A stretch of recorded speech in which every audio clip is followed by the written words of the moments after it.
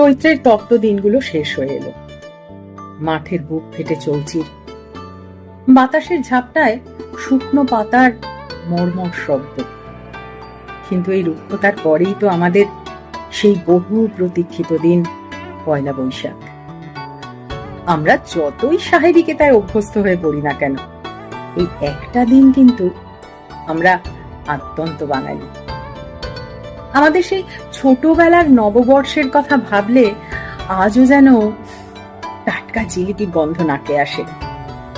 ভোরবেলা ঘুম থেকে ওঠা, নতুন জামার সেই বিশেষ একটা কড়কড়ে গন্ধ, মায়ের হাতের সেই শুক্তো, সোনামুগ ডাল, মাংস, চাটনির স্বাদ, সে যেন এক আলাদা আমেজ ছিল।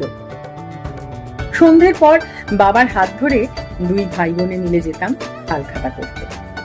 প্রত্যেকটা দোকানের সেই লাল খেরোর খাতা বড্ড ভালো লাগতো দেখতে।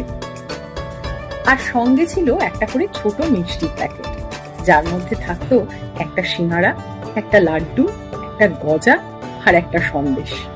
আর উপরি পাওনা হিসেবে ছিল একটা করে কোল্ড ড্রিঙ্কসের বোতল। তখন কিন্তু এখনকার মতো অত কোল্ড ড্রিঙ্কসের রমরমা ছিল না, সেই জন্য ওটার একটা আলাদা আকর্ষণ ছিল আমাদের কাছে। এখন দিন বদলেছে, শহরও বদলেছে। এখন সেই লাল খেরোর খাতা হয়তো আর দেখা যায় না, তার বদলে জায়গা করে নিয়েছে কম্পিউটার। আর সেই ছোট মিষ্টির প্যাকেটও হয়তো পাওয়া যায় না, তার বদলে আসে বড় বড় দোকানের বড় বড় মিষ্টির প্যাকেট বা বিরিয়ানির প্যাকেট। সে যাই হোক, বদলে যাওয়াই তো জীবনের ধর্ম।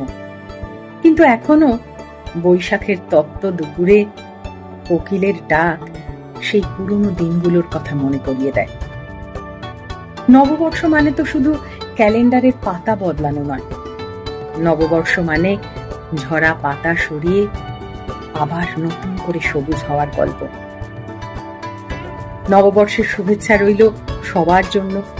ভালো থাকবেন সবাই, আর খুব ভালো করে কাটাবেন 1433 বঙ্গাব্দ।